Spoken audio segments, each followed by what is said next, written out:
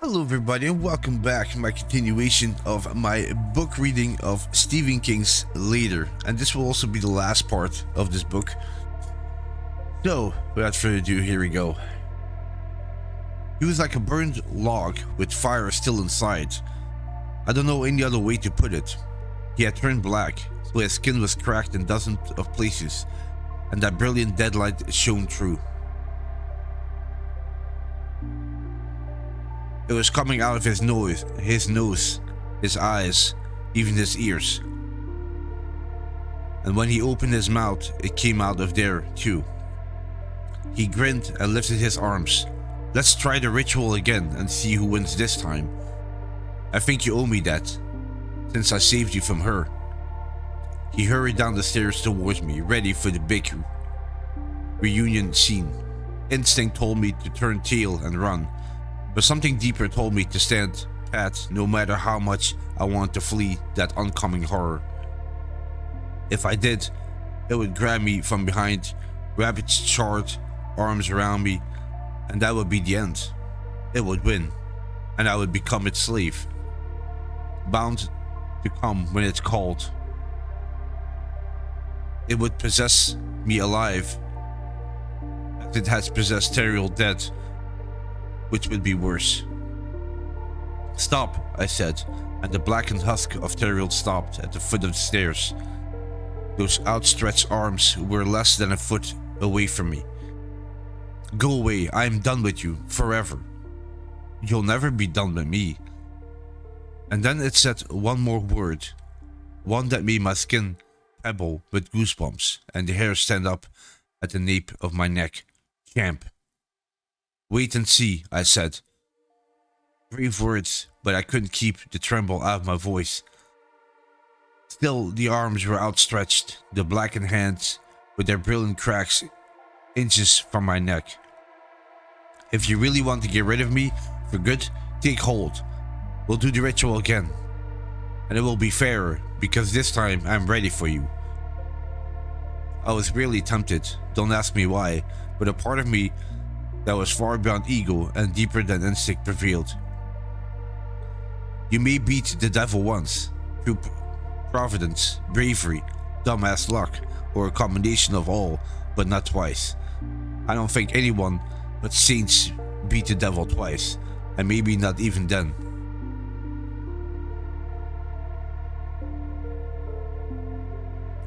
Go. It was my turn to point like Scrooge's last ghost. I pointed at the door. The thing raised Teriel's charred and sooty lip in a sneer. You can't send me away, Jamie. Don't you realize that by now? We're bound to one another. You don't think of the consequences, but here we are. I repeated my one word. It was all I could squeeze out of my throat that suddenly felt like it was the width of a pin. Teriel's body seemed poised to close the distance between us, to leap at me and close me in its awful embrace, but it didn't. Maybe it couldn't. Liz shrank away as it passed by her. I expected it to go right through the door, as I had passed through Marston. But whatever that thing was, it was no ghost. Its hand grabbed the knob and turned it, more skin splitting and more light shining through. The door swung open. It turned back to me. Oh, whistle, and I'll come to you, my lad. Then it left. My legs were going to give out and the stairs were close. But I wasn't going to sit on them with Liz Dutton's broken body sprawled at my foot. I staggered to the conversation pit and collapsed into one of the chairs near it. I lowered my head and sobbed. Those were tears of horror and hysteria, but I think they were also, although I can't remember for sure, tears of joy. I was still alive. I was in a dark house at the end of a private road with two corpses, two leftovers. Marston was looking down at me from the balcony, but I was alive. 3, I said. 3 corpses and 3 leftovers. Don't forget Teddy. I started laughing, but then I thought of Liz, laughing pretty much the same way just before she died. and made myself stop. I tried to think what I should do.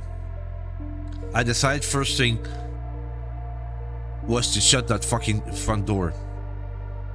Having those two revenants, a word I learned, you guessed it, later, staring at me wasn't pleasant. But I was used to dead people seeing them. What I really didn't like was the thought of Theriot out there somewhere, with the dead light shining through his decaying skin. I told him to go and he went, but what if he came back? I walked past Liz and shut the door. When I came back, I asked her what I should do. I didn't expect an answer, but I got one. Call your mother. I thought of the landline in the panic room, but I wasn't going back upstairs and into that room, not for $1,000,000. Do you have a phone, Liz? Yes. Sounding disinterested, like most of them do. Not all, though. Mrs. Burkett had enough life in her to offer criticism about the artistic merits of my turkey, and Donnie Biggs had tried to hide his stash of torture porn. Where is it? In my jacket pocket. I went to her body and reached into the right-hand pocket of her duffel coat. I touched the butt of the gun she used to end McDonald's Marston life and drew my hand back as if I touched something hot. I tried the other one and got her phone. I turned it on. What's the passcode? 2665. I punched it in, touched the New York area code and the first 3 digits of Mom's number. Then changed my mind and made a different call. 911, what's your emergency? I'm in a house with 2 dead people, I said. One was murdered and the other one fell down the stairs. Is this a joke, son? I wish it was. The woman who fell down the stairs kidnapped me and brought me here. What is your location? Now the woman on the other end sounded engaged. It's the end of a private road outside of Renfield, ma'am. I don't know how many miles or if there's a street number. Then I thought of what I should have said right away. It's Donald Marston's house. He's the man the woman murdered. She's the one who fell down the stairs. Her name is Liz Dutton, Elizabeth. She asked me if I was okay, then told me to sit tight. Officers were on the way. I sat tight and called my mother. That was a much longer conversation, and not always too clear because both of us were blubbering. I told her everything except about the deadlight thing. She would have believed me, but one of us having nightmares was enough. I just said Liz tripped chasing me and fell and broke her neck.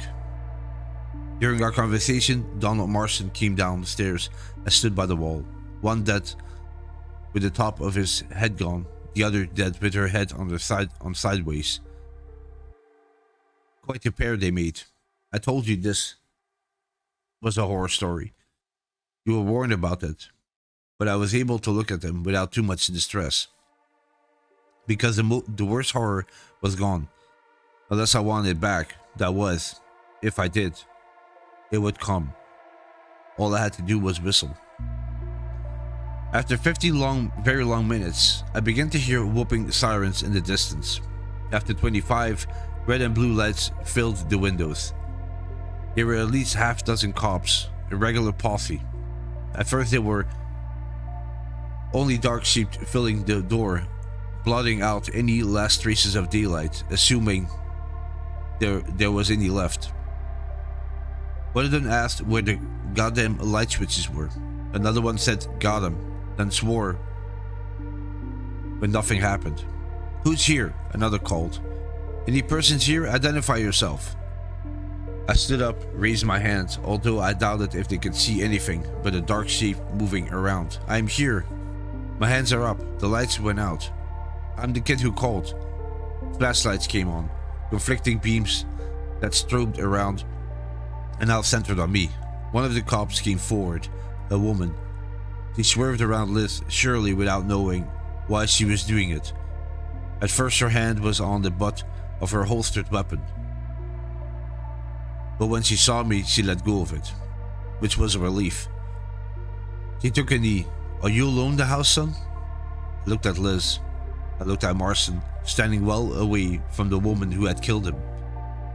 Even Teddy had arrived. He stood in the doorway the cops had vacated, perhaps drawn by the commotion, maybe just on a whim. The three undead stooges. Yes, I said, I'm the only one here. The lady cop put an arm around my shoulders and led me outside. I started shivering. She probably thought I was far from the night air. She probably thought I was from the night air, but of course I wasn't. Or it wasn't. She slipped off her jacket and put it over my shoulders, but that wasn't good enough. I put my arms down the two long sleeves and hugged it against me. It was heavy with coughings in the pocket, but that was okay with me. The weight felt good. There were 3 cruisers in the courtyard, 2 flanking Liz's little car and 1 behind it. As we stood there, another car pulled in. This one, an SUV with Renfield Chief of Police on the side. I guess it would be a holiday for drunks and speeders downtown because most of the town forces had to be right here. Another cop came out of the door and joined the lady cop. What happened in there, kid? Before I could answer, the lady cop put a finger over my lips. I didn't mind. It actually felt sort of good. No questions, Dwight. This boy's in shock. He needs medical attention. A burly man in a white shirt with a badge hung around his neck, the chief, I assumed, has gotten out of the SUV. I wasn't in time to hear this last. You take him, Caroline. Game looked at. Are there confirmed deaths? There's a body at the foot of the stairs. Looks like a woman. I can't confirm she's deceased, but from the way her head turned... Oh, yeah, she's dead alright. I told him. Then started crying. Go on, Caro, the chief said. Don't bother going all the way to county either. Take him to med now. No questions until I get there. Also, until we get an adult who's responsible for him. Get his name. Not yet, Officer Caroline said. It's been crazy. There are no lights in there. The chief bent towards me, hands on his upper thighs, making me feel like I was 5 again. What's your handle, son? Too much for no questions, I thought. Jamie Conklin. It's my mother who's coming. Her name is Tia Conklin. I already called her. Uh-huh. He turned to Dwight. Why are there no lights? All the houses on the way up here have had power. I don't know, Chief. I said they went out when she was running down the stairs after me. I think that's why she fell. I could see he wanted to ask me more, but he just told Officer Caroline to get rolling.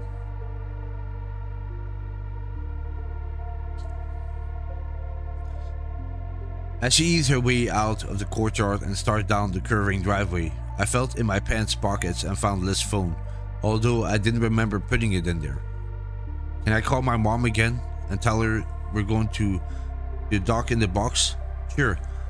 As I made the call, I realized that if Officer Caroline found out I was using Liz's phone, I could be in trouble. She might well ask how I knew the dead woman's passcode. And I wouldn't be able to give a good answer in any case she didn't ask.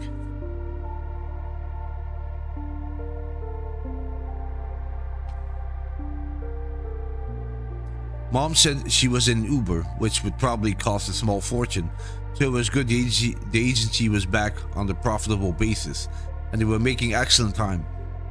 She asked if I was really alright. I told her I really was, and that Officer Caroline was taking me to med now in Renfield, but just to be checked out. She told me not to answer any questions until she gets there, and I said I wouldn't. I'm going to call Monty Crishaw, she said. He doesn't do this kind of legal work, but he'll know someone who does. I don't need a lawyer, Mom. Officer Caroline gave me a quick sideways glance when I said that. I didn't do anything. If Liz murdered someone and you were there, you need one. There'll be an inquest. Press. I don't know what all.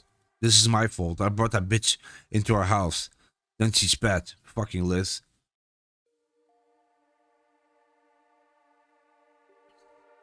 She was good at first.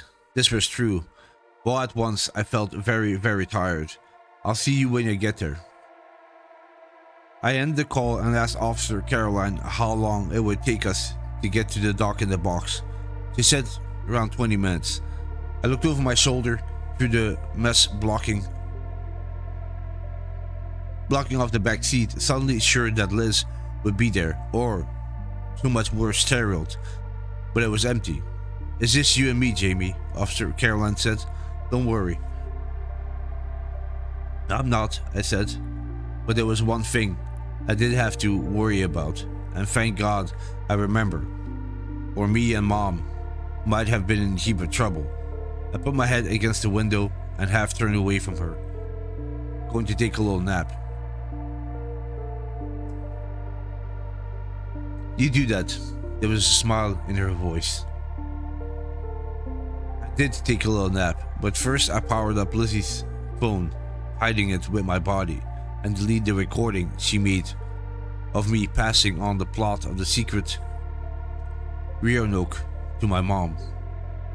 If they took the phone and found out it wasn't mine, I make something up. Or just say I couldn't remember, which would be safer. But they couldn't hear that recording, no way. The chief and two other cops turned up at the Metnow place an hour or so after Officer Caroline and I got there. Also a guy in the suit who introduced himself as the county attorney. A doctor examined me and said I was basically fine, blood pressure a little high, but considering what I've been through, that wasn't surprising. He felt sure it would be normal again by morning and pronounced me your basic healthy teenager.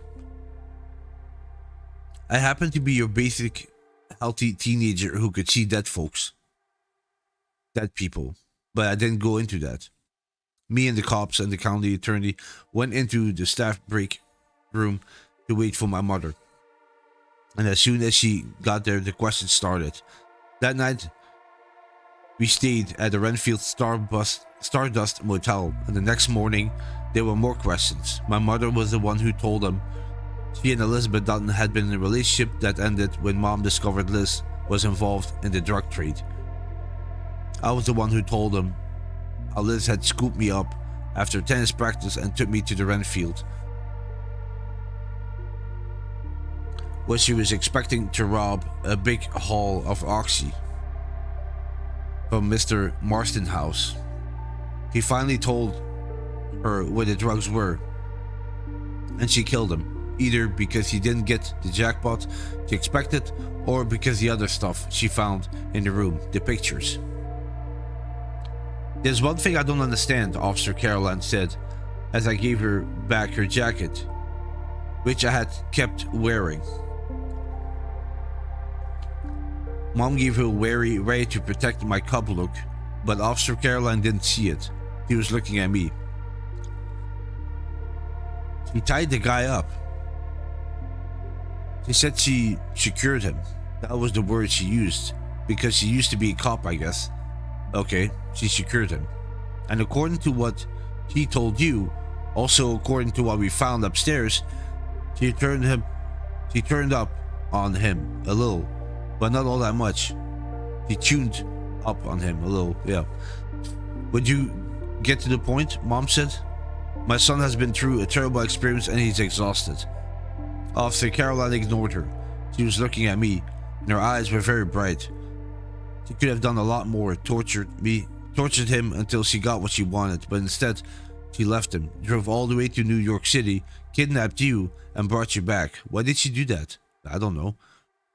You had a 2-hour ride with her, and she never said. All she said that she was glad to see me, and I couldn't remember if she actually said that or not, so I guess it was technically a lie, but it didn't feel like one. I thought of those nights on the couch, sitting between them, watching The Big Bang Theory, all of us laughing our heads off, and I started to cry, which got us out of here. Once we were in the motel, with the door shut and locked, Mom said, "If they ask you again, see that maybe she was planning to take you with her when she was heading west. Can you do that?" "Yes," I said, wondering if maybe that idea had been knocking around someplace in Liz's mind all along. It wasn't a good thing to speculate on, but better than what I had thought, and still do today, that she planned to kill me. I didn't sleep in the connecting room. I slept on the couch in Mom's. I dreamed that I was walking in a lonely cemetery. A lonely country, sorry. In a lonely country road under a sickle moon. Don't whistle, I told myself, but I did. I couldn't help myself. I was whistling. Let it be, I remember that very clearly. I hadn't gotten through more than the first 6 or 8 notes when I heard footsteps behind me. I woke up with my hands clamped over my mouth, as if to stifle a scream. I've woken up the same way a few times in the years since, and it's never a scream I'm afraid of. I'm afraid I'll wake up whistling and the deadlight thing will be there, arms outstretched to hug. There are plenty of drawbacks to being a kid. Check it out. Zits, the agony of choosing the right clothes to wear to school so don't get laughed at, and the mystery of girls are only 3 of them. What I found out after my trip to Donald Marston's house, my kidnapping to be perfectly blunt, was that there were also advantages.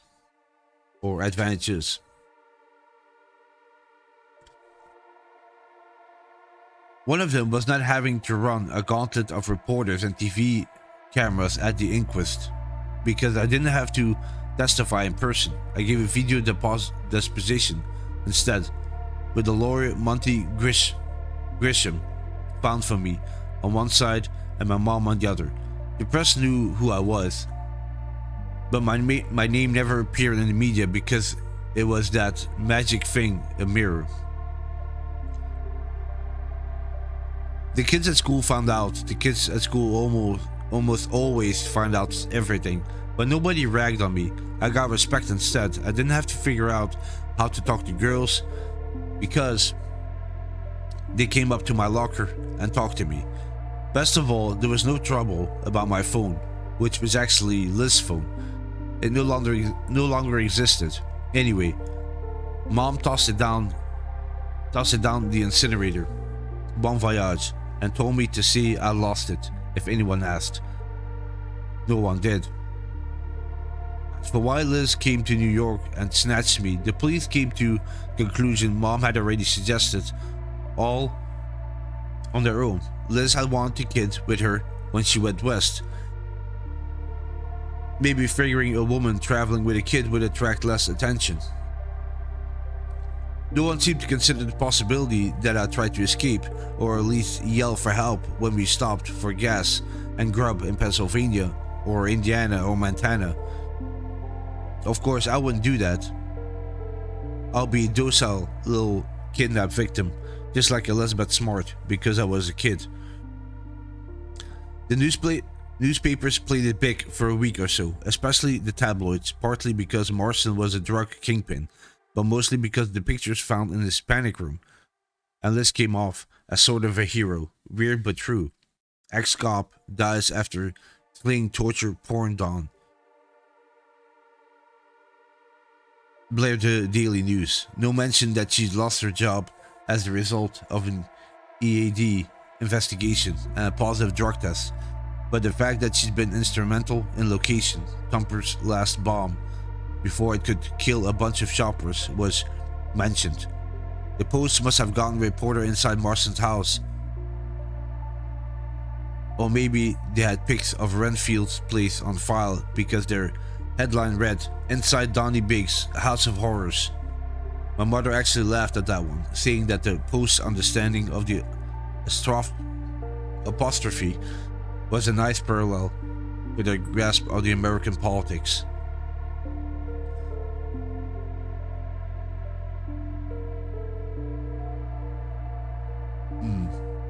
Before long, other news drove Donnie Big's House of Horrors from the last pages of the tabs. And my renown at school faded. It was like Liz said about Chet Atkins. How soon they forget. I found myself once more faced with the problem of talking to girls instead of waiting for them to come up to my locker, all around eyes with mascara and pursed up with lip gloss to talk to me. I played tennis and tried out for the class play. I ended up only getting a part with 2 lines, but I put my heart into them.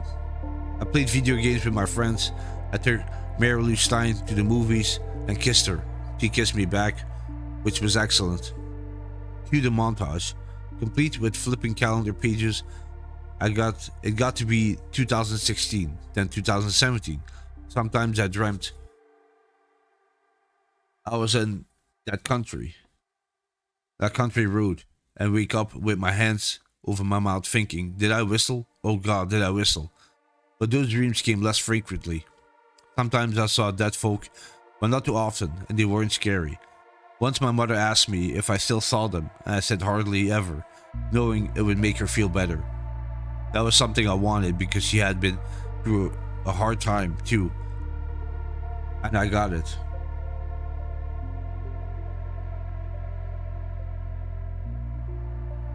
Maybe you're growing out of it, she said. Maybe I am, I agreed. That brings us to 2018, with our hero Jamie Conklin, over 6 feet tall, able to grow a goatee, which my mother fucking loaded, accepted at Princeton, and almost old enough to vote. I would be old enough when the elections came around in November. I was in my room hitting the books for finals when my phone buzzed. It was Mom, calling from the back of another Uber, this time on her way to Tenafly, where Uncle Harry was now residing. It's pneumonia again, she said. I don't think he's going to get better this time, Jamie. They told me to come. I don't do that unless it's very serious. He paused, then said, mortal. I'll be there as fast as I can. You don't have to do that. The subtext being that I never really know him anyway. At least not when he was a smart guy building a career for himself and his sister in the world of tough New York publishing, which can be a tough world instead. Now that I was also working in the office, only a few hours a week, mostly filing, I knew that was true. And it was true that I had only a vague memory of a smart guy who should have stayed smart a long time ago. But it wasn't him I'll be going for. I'll take the bus, which I could do with ease, because the bus was how we always gone to New Jersey in the days when Ubers and Lyfts were beyond our budget. Your tests, you have to study for your finals. Books are uniquely portable magic. I read them somewhere. I'll bring them. I'll see you there. You may have to stay overnight, she said. Are you sure? I said I was. I don't know exactly where I was when Uncle Harry died. Maybe in New Jersey, maybe still crossing the Hudson. Maybe even while I could see Yankee Stadium from my bird-beshitted bus window. All I know is that Mom was waiting for me outside the care home, his final care home, on a bench under the shade tree. She was dried-eyed, but she was smoking a cigarette, and I hadn't seen her do that in a long time. She gave me a good strong hug, and I gave it right back to her. I could smell her perfume, that old sweet smell of La Vie est Belle, which always took me back to my childhood, to that little boy who thought his green hen turkey was just a cat's ass. I didn't have to ask. Not 10 minutes before I got here, she said, "Are you okay?"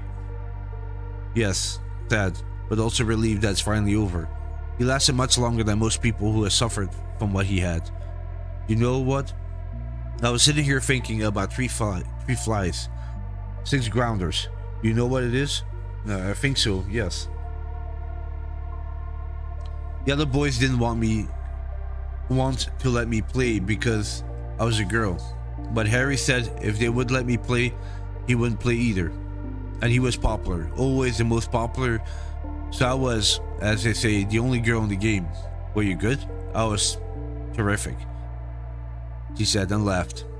Then she wiped at one of her eyes, crying after all. Listen, I need to talk to Mr. Ackerman. He's the boss lady here, and sign some papers. Then I need to go down to his room and see if there's anything I need to take right away. I can't imagine there is. I felt the stirring of alarm. He's not still... No, honey. There's a funeral home where they use here.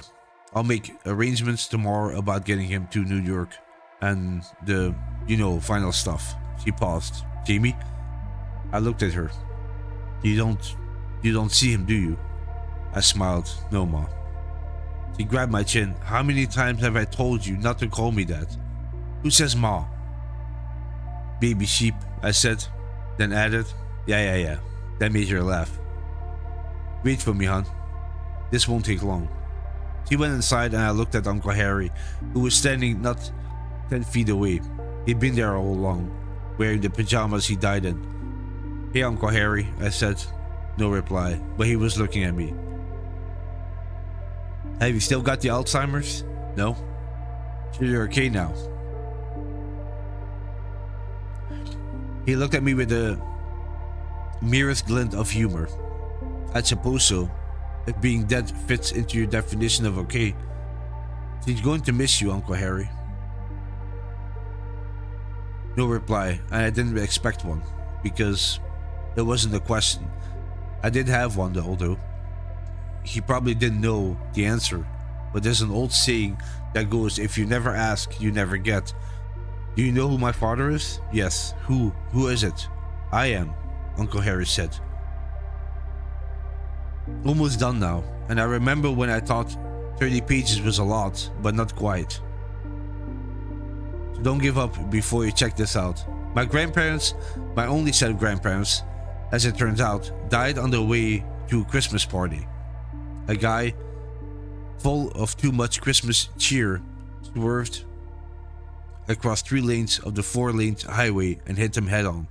The drunk survived, as they so often do. My uncle, also my father, as it turned out, was in New York when he got the news, making the rounds of several Christmas parties, smoozing publishers, editors, and writers.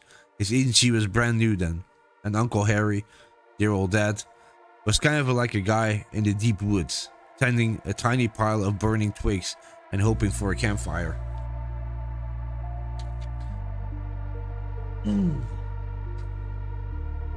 He came home to Arcola, that's a small town in Illinois, for the funeral. After it was over, there was a reception at the Conklins. Lester and Norma had been well liked, so lots of people came. Some brought food, some brought booze, which served as grandfather to a great many surprise babies. Tia Conklin, at that time not long out of college and working at her first job in an accounting firm, drank a good deal. So did her brother. Right. After everybody goes home, Harry finds her in her room, lying on a bed in her slip, crying her heart out. Harry lies down beside her and takes her in his arms, just for comfort, you understand? But one kind of comfort leads to another. Just that once, but once is enough, and 6 weeks later, Harry, back in New York, gets a phone call. Not long after that, my pregnant mother joins the firm. Would the Conklin Little League agency have succeeded in that tough, competitive field without her? Or would my father, uncle, little pile of twigs and leaves have fizzled out in the little runner of white smoke before he could begin to add the first bigger pieces of wood? Hard to say. When things took off, I was lying around in the bassinet, peeing in my Pampers and going goo-goo. But she was good at the job, but that I know. And she hadn't been if she hadn't been, the agency would have gone under later, when the bottom fell out of the financial market. Let me tell you, there are a lot of bullshit myths about babies born of incest, especially when it comes to father, daughter, sister, brother. But there can be medical problems, and yes, the chance of those are a little higher when it comes to incest. But the idea that the majority of those babies are born with feeble minds, one eye, or clubfoot, pure crap. I did find out that one of the most common defects in babies from incest relationships is fused fingers or toes. I have scars on the inside of my second and third finger on my left hand from the surgical procedure to separate them when I was an infant. The first time I asked about those scars, I couldn't have been more than 4 or 5, and Mom told me the docs had done it before she brought me home from the hospital. Easy peasy, she said. And of course, there's that other thing I was born with, which might have something to do with the fact that once upon a time, while suffering from grief and alcohol, my parents got a little closer than a brother and sister should have done. Or maybe seeing dead people has nothing to do at all with that. Parents who can't carry a tune in a tin pail can produce a single prodigy. Illustrates can produce a great writer. Sometimes talent comes from nowhere, or so it seems. Except, hold it, wait one.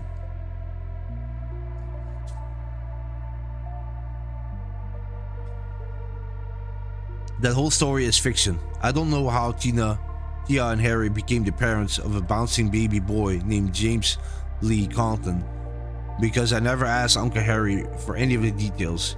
He would have told me. The dead can't lie, as I think we have established, but I didn't want to know. After he said those 2 words, I turned away and walked back into the care home to find my mother. He didn't follow, and I never saw him again. I thought he might come to his funeral or turn up at the graveside ceremony, but he didn't. On the way back to the city in the bus, just like old times, Mom asked me if something was wrong. I said there wasn't. That I was just trying to get used to the idea that Uncle Harry was really gone. It feels like when I lost one of my baby teeth, I said. There's a hole in me. I keep feeling it. I know, she said, hugging me. I feel the same way, but I'm not sad. I didn't expect it to be. I'm not. Because you've really been gone for a long time. It was good to be hugged. I love my mom and I love her still. But I lied to her that day, and not just by omission. It wasn't like losing a tooth. What I found out was growing another tooth. One there wasn't room in for my mouth. There wasn't room for in my mouth. Certain things make the story I just told you seem more likely. Lester and Norma Conklin were killed by a drunk driver while on their way to a Christmas party. Harry did come back to Illinois for their funeral. I found an article in the Arcola Records Herald that says he gave me eulogy. Tia Conklin did quit her job and go to New York to help her brother in this new literary agency early the next year. And James Lee Conklin did make his debut 9 months or so after the funeral in Lenox Hill Hospital. So yeah, right. It could all be just the way I told it. It has a fair amount of logic going for it, but it also could have been some other way, which I would like a lot less. The rape of a young woman who's drunk herself unconscious, for instance, said the act committed by her drunken or the older brother. The reason I didn't ask is simple. I didn't want to know. Do I wonder if they discussed abortion? Sometimes, and I'm worried that I have inherited more from my uncle, father, than the dimples that show up when I smile, or the fact that I'm showing the first traces of white in my black hair at the tender age of 22. To come right out and see it, I am worried that I may start to lose my mind at the still tender age of 30, or 35, or 40. Yes, of course I am. According to the internet, my father and uncle suffered from EUFAD.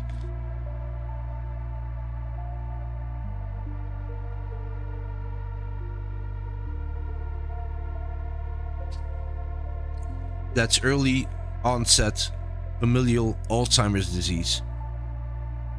They bide the time on genes, and so there's a test for it. Split in the test tube Spit in a test tube and wait for your answer. I suppose I will take it later.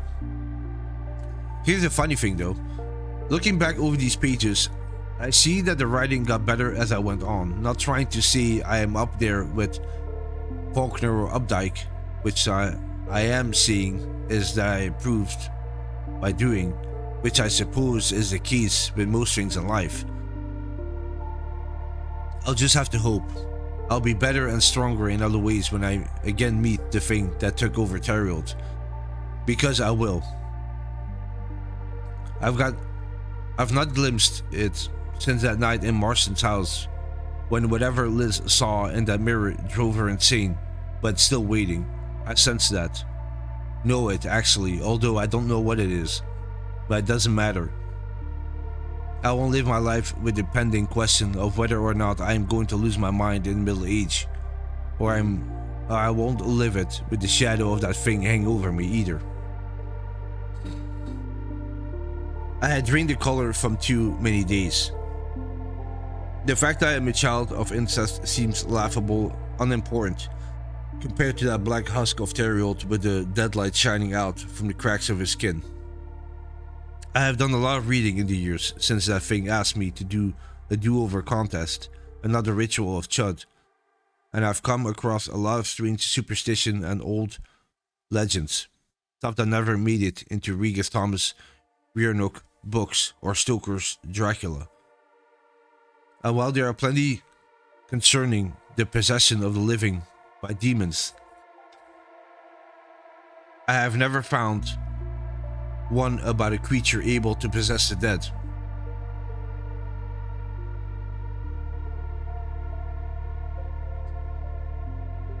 The closest I've come are stories about malevolent ghosts, and that's really not the same at all. So I have no idea what I'm dealing with. All I know is that I must deal with it. I'll whistle for it. It will come. We will join in a mutual hug instead of a ritual tongue-biting thing. And then, well, then we'll see, won't we? Yes, we will. We'll see later. And that was the end of my book reading of Later. Wow, this was a very interesting book. Even though I felt at the end like, I wouldn't say disappointed, but a little bit like, yeah, I don't really know. It was like a whole really big story, but it didn't really have like a really big ending to it. You just found out that you were a child of incest, and that's about it. Like, there was a lot of writing and a lot of story going somewhere, and you could really feel the build-up towards something, and then it was just a letdown, actually. Well, not a huge letdown, like a big disappointment, but more like, yeah, it just reached the top and it went down, and that was it. Yeah, I don't know, but overall, I did enjoy it. It was not bad at all. I definitely enjoyed it for what it was. Yeah. So yeah, thank you so much for listening. Hope you guys also enjoyed it, and yeah, sure to leave it a like if you enjoyed this book reading, or give it a dislike. That's also fine. Leave some comments behind what you thought about this book reading if you followed along this far. And yeah, there will be more book readings coming in the next couple of days. Also some new books, but that will be a surprise for later. Anyway, thanks so much for listening, and take care, and I'll catch you in the next one. Thank you. Bye bye.